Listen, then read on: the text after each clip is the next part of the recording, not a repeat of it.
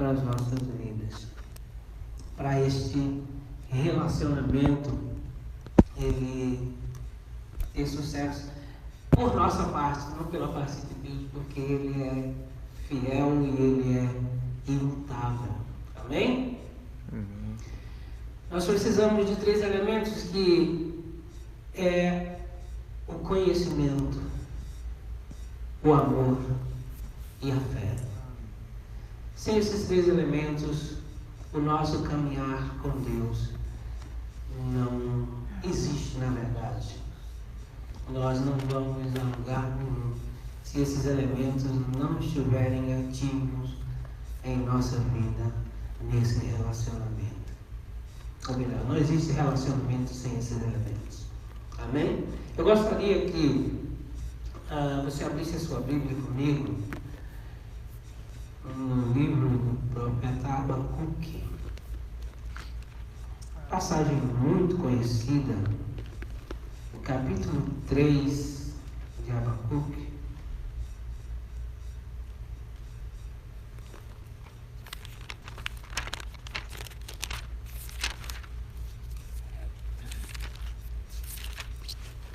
Todos encontraram? Capítulo 3, no versículo 17 em diante, até a parte A do versículo 19. Uma passagem bastante conhecida, mas que, porém, muitas vezes nós passamos por ela muito superficialmente, tão superficialmente, que nós não lembramos dela quando nós enfrentamos alguns desafios. Eu acho que se nós lembrássemos dessa palavra, quando nós enfrentamos o nosso dia a dia, nós passaríamos sim por situações difíceis, mas passaríamos com uma postura diferente. Amém? Ainda que a figueira não floresça, nem haja fruto na vide, o produto da oliveira minta, e os campos não produzam mantimento, as ovelhas sejam arrebatadas do aprisco, e nos currais não haja gado. Todavia, eu me alegro no Senhor e exulto no Deus da minha salvação. O Senhor Deus é a minha fortaleza e faz os meus pés como os da corça e me faz andar altaneiramente. O profeta coloca diversas circunstâncias que no seu contexto, na sua cultura, na sua época, representaria provavelmente, se nós trouxermos para uma experiência pessoal, individual, talvez as vacas, os currais, esses mantimentos representem diversas coisas para mim e para vocês. Então, ele, no contexto dele, ele fala: ainda que a figueira não floresça, nem haja fruto na vide. Está falando de mantimento. O fruto da vide se fala do produto, né, que fazia o vinho, o mosto, que representa a alegria. Ele diz: ainda que me falte a alegria que o vinho possa me proporcionar com o seu efeito, todavia eu me alegrarei no Senhor. O Senhor é a minha alegria. Eu não preciso de nada extra para ter este contentamento, esta alegria. Amém? Amém. E os campos não produzam mantimento, as ovelhas sejam arrebatadas do aprisco, e nos quais não haja gado. Todavia, eu me alegro no Senhor e exulto no Deus da minha salvação. Todavia, eu me alegro no Senhor e exulto no Deus da minha salvação. O Senhor Deus é a minha fortaleza e faz os meus pés como os pés da corça e me faz andar altaneiramente. Me faz andar com o peito estufado, porque Ele é a nossa alegria. Jesus ratifica essa mesma verdade que o profeta Abacuque menciona aqui. E ele nos dá uma prova de amor. Eu costumo dizer que isso é uma prova de amor. Ele diz assim: no mundo tereis aflições, mas tende bom ânimo, eu venci o mundo. Deus não nos deixa enganados quanto aos desafios que nós iremos enfrentar até que Jesus volte. Ele diz que quando Jesus voltar, que Ele enxugaria dos nossos olhos toda lágrima. Amém? Mas até que Ele venha, nós vamos sim ter aflições. Esse é um evangelho não muito popular hoje em dia, como o pastor até mencionou no domingo passado.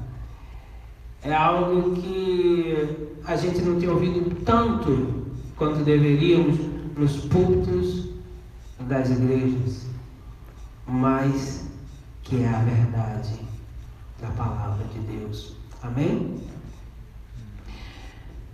Eu ainda gostaria que nós abríssemos a nossa Bíblia em Jeremias, capítulo 1, livro do profeta Jeremias, no capítulo 1. Pensando nessas nossas conversas, nas conversas que eu tenho tido com Everton esses dias, meditando nisso e tal, me veio essa passagem, porque a gente falava a respeito de algumas coisas, e eu me lembrei dessa passagem aqui.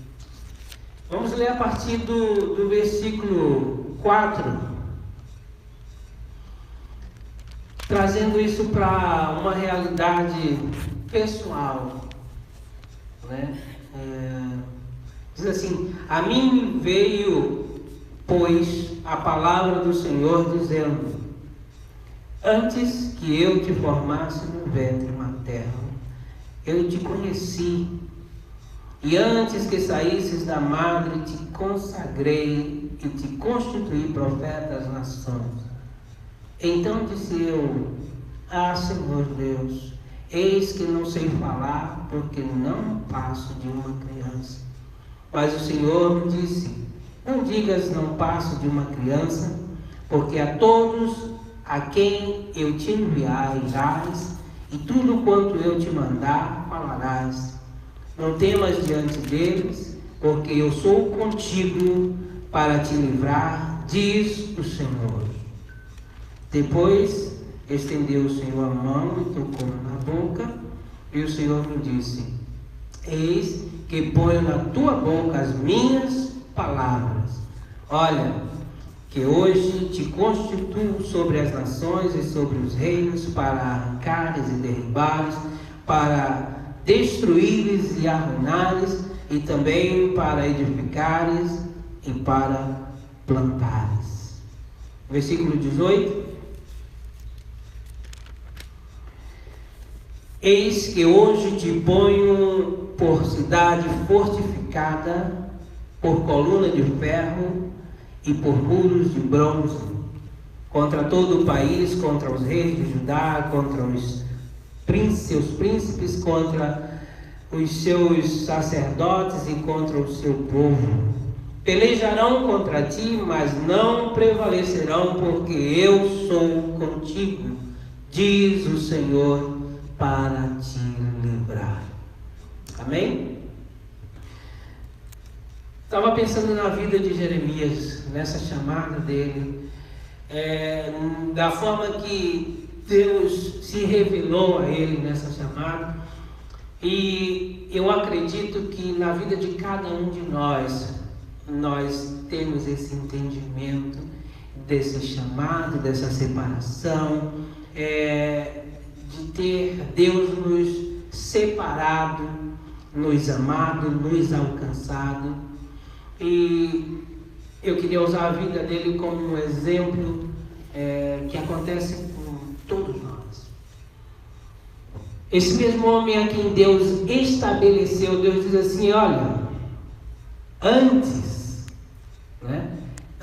que você nascesse, eu te conheci, eu te consagrei, eu te santifiquei, eu te gerei, eu te constituí profeta para as nações, eu te estabeleci. Isso Deus fez com todos nós. Nos estabeleceu como o seu povo. Ele diz: vós sois um povo, né? E Deus fala todas essas coisas para Jeremias e diz assim: você será a minha boca, tudo que eu te mandar falarás, ninguém se susterá diante de você. Esse povo pelejará contra ti, mas não terão sucesso, porque eu sou contigo para te livrar. Quem falou isso foi Deus. Deus se revelou para Jeremias, dando a ele respaldo, dando a ele uma autoridade. Olha, eu te dou autoridade para edificar, também para derrubar, para construir, para erguer e para arrasar.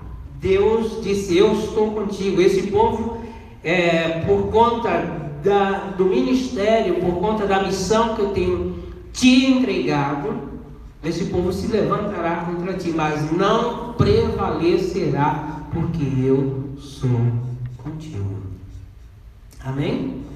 Nós acabamos de cantar aqui: Deus de aliança, Deus de promessa, Deus que não é homem pra mentir. O Deus que não mente, o Deus que não é homem para mentir, falou: eu estou contigo para te livrar. Não tema diante deles. Eu te ponho como um muro de bronze, eu te ponho como uma coluna de ferro. Ninguém vai prevalecer contra ti, mas não por causa de ti, porque eu sou contigo. Deus é conosco, Deus é contigo. Amém? O nome dele é Emanuel, Deus conosco. Ele é um Deus presente. Amém? E Deus faz essa promessa maravilhosa, tremenda para Jeremias. Mas como Jeremias era humano, como nós somos humanos, Jeremias, com esse encargo que ele recebeu, com esse desafio de se colocar contra o povo, Deus diz assim: você vai ser a minha boca. Só que a mensagem que Deus deu para ele entregar para o povo foi uma mensagem que não era uma mensagem popular. E a mensagem que Deus nos entregou, ela não é popular. Arrependei-vos. O cartão de visita na mensagem que Deus nos entregou para entregar às nações é a mesma de João Batista, é a mesma de Jesus. O Evangelho não mudou.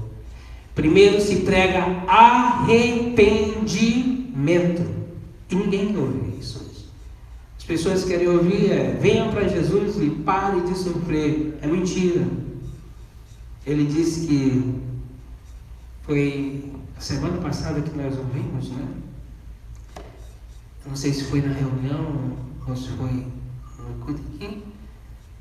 Alguém falou sobre Evangelho de João, capítulo 15, versículo 16, né? Em diante, 17, foi no nosso estudo, né? O mundo vos odeia porque... foi pastor Mel. O mundo vos odeia porque primeiro odiaram a mim, né? E vocês não pertencem a esse mundo, né? Exatamente. A mensagem, a herança que nós possuímos é contrária ao mundo. Por isso o mundo nos odeia. E foi nisso que me identifiquei, e acho que nos identificamos com Jeremias. Deus diz assim: eu ponho você, eu te estabeleço, e eu sou contigo. Ninguém vai prevalecer contra ti, porque eu sou contigo. Eu te ponho como parede, como um muro. Vai nessa tua força. Mas no nosso dia a dia, no nosso caminhar, muitas vezes, talvez, eu não sei, acredito que não existia na época de Jeremias o que há hoje. Nós somos hoje bombardeados por tantas mentiras, né? Por tantos sofismas disfarçados de evangelho. Naquela época a situação era outra, mas com certeza o veneno era o mesmo. A essência do ser humano, ela não mudou, né? E Jeremias, conhecido como chorão, né? Uma vez ele começou a chorar diante de Deus. Ele chegou a um estágio na sua caminhada, depois de ter ouvido todas essas coisas de Deus e provavelmente ter sim se colocado como boca de Deus e se posicionado contra toda a nação. Sabemos que não foi uma missão qualquer, uma missão fácil. Ele falava e condenava a nação. Ele se coloca contra os sacerdotes, coloca contra o povo, contra do alto ao mais baixo escalão. Ele teve a ordem de falar contra todos. Uma pessoa como essa, um contexto como esse, não é popular. Amém? No nosso contexto. Embora eu tenha me acovardado, não tenha me posicionado, não tenha falado, talvez você tenha falado. Amém? Mas eu me sinto dessa forma. Eu preciso, como nós fomos desafiados a semana passada, e é verdade, irmãos, precisamos tomar uma posição e dizer de fato para que viemos. O que é que estamos fazendo aqui? Amém? Eu queria que você abrisse aí em Jeremias mesmo, no capítulo 15.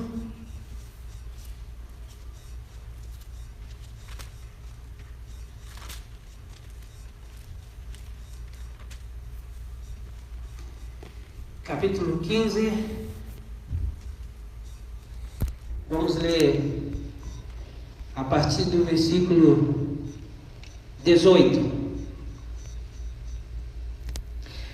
A partir do versículo 18 aqui já é o finalzinho. Se você ler a partir do versículo 10, você vai ver aonde Jeremias começa a se queixar diante de Deus. Jeremias começa a dizer: Senhor, está doendo esse povo. Tudo que Deus já havia falado para ele, Deus falou assim: eles se levantarão contra ti, eles estarão contra você, mas eles não vão prevalecer. E ele começa, vamos ler a partir do 10. Ele começa a se queixar diante de Deus. Ele diz assim: ai de mim, minha mãe, porque me deste a luz, homem de rixa, homem de contendas para toda a terra. Nunca lhes emprestei com usura, nem eles me emprestaram a mim com usura. Todavia cada um deles me amaldiçoa. Disse o Senhor: na verdade eu te fortalecerei para o bem e farei que o inimigo te dirija súplicas no tempo da calamidade e no tempo da aflição. Pode alguém quebrar o ferro do norte ou o bronze? Os teus bens e os teus tesouros entregarei gratuitamente ao saque por todos os teus pecados e em todos os teus territórios. Levar-te-ei com os teus inimigos para a terra que não conheces, porque o fogo se acendeu em minha ira, e sobre vós arderá. Tu, ó Senhor, os sábios, lembra-te de mim. Ampara-me e vinga-me dos meus perseguidores. Não me deixes ser arrebatado por causa da tua longanimidade. Sabe que por amor de ti, ele começa a se justificar, tenho sofrido afrontas. Assadas as tuas palavras, logo as comi. As tuas palavras me foram gozo e alegria para o coração, pois pelo teu nome sou chamado, ó Senhor, Deus dos exércitos. Nunca me assentei na roda dos que se alegram e nem me regozijei, oprimido por tua mão, eu me assentei solitário, pois já estou de posse das tuas ameaças. E agora ele começa a duvidar de Deus. Ele diz assim: por que duras a minha dor continuamente, e a minha ferida me dói e não permite cura? Serias tu para mim como ilusório ribeiro, como águas que enganam? Jeremias chegou a um ponto de sua vida onde ele se viu apertado por toda a nação, pelos sacerdotes, por todos aqueles contra quem ele proclamava, ele proferia as palavras que Deus tinha estabelecido ele para fazê-lo. E Deus havia dito para ele: eles se levantarão contra ti, mas não temas diante deles. Deus não tinha enganado ele. Deus falou: mas eu te escolhi antes que você nascesse com este propósito. Mas na sua humanidade, ele chegou ao ponto que ele cansou, que ele desesperou, que ele teve medo e que ele olhou para os seus inimigos. Ele disse: ah, minha mãe, maldito dia que a senhora me deu a luz. Os meus inimigos, eles têm se levantado e assim. E agora ele chega e fala para Deus: porque dura minha dor perpetuamente, continuamente, e não me permite cura. Serias tu para mim como o ilusório ribeiro, sabe? Quando você está no deserto e você não vê nenhuma perspectiva de solução, de vida, e de repente você enxerga aquela miragem, aquele oásis, e você vai e você vê que era só uma miragem. Era isso que ele estava dizendo para Deus. Serias tu para mim como um ilusório ribeiro, como fontes sem água. Ele agora começa a questionar, a duvidar. E falamos de 3 elementos que precisamos possuir no nosso relacionamento com Deus. Conhecimento. Precisamos conhecer a Deus. Amor. Precisamos amá-lo. E fé. Amém? Amém? Talvez para cada um de nós não necessariamente nessa hora, mas vamos de trás para frente agora, porque sem fé é impossível agradar a Deus, porque nós o amamos porque Ele nos amou primeiro, com um amor incondicional, esse amor que é altruísta, esse amor que dá e que deu tudo. Todos nós conhecemos porque Deus amou o mundo de tal maneira que deu seu único Filho, para que todo aquele que nele crê não pereça, mas tenha a vida eterna. É um amor incondicional, e você pode ver que essas três coisas, elas não se separam no nosso viver com Cristo. Fé, amor e conhecimento. Moisés fala: conheçamos e prossigamos em conhecer o Senhor. Amém? Amém.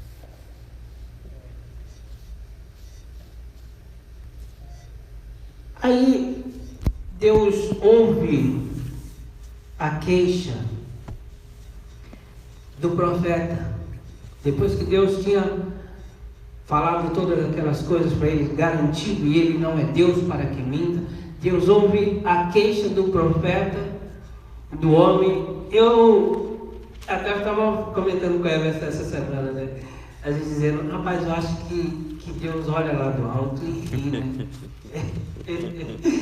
Acho que Deus fica olhando: rapaz, o cara não sabe nem o que está um palmo do seu nariz, e ele está aí, né? Serias tu como um ribeiro nos olhos para mim, Senhor. O Senhor me abandonou, coitadinho de mim, maldito dia que eu nasci, por que eu estou passando tudo isso? Deus falou que esta era a sina dele. Amém, irmãos? E talvez, não sei se você já teve essa mesma experiência de Jeremias, mas eu já tive várias vezes. E tenho a tendência de ter essa postura sempre. E Deus tem me ensinado com essa palavra que Ele é fiel e que Ele nos restaura e que Ele é a minha alegria. Ele tem me ensinado que ainda que a figueira não floresça e que não haja fruto, ainda que os aindas que surgem em nossas vidas, nós precisamos ter uma postura diferente da que teve Jeremias aqui. Amém? Aí Deus começa a falar com ele e respondê-lo. A gente comentava sobre as perguntas que Deus fez para Jó.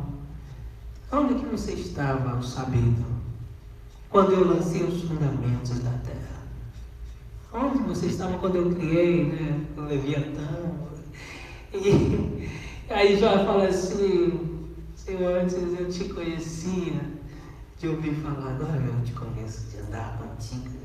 Por isso eu me abomino no pó, né, porque eu bem sei que tudo podes e que nenhum dos teus pensamentos podem ser frustrados. Eu falava de coisas que são maravilhosas demais, que eu não entendo.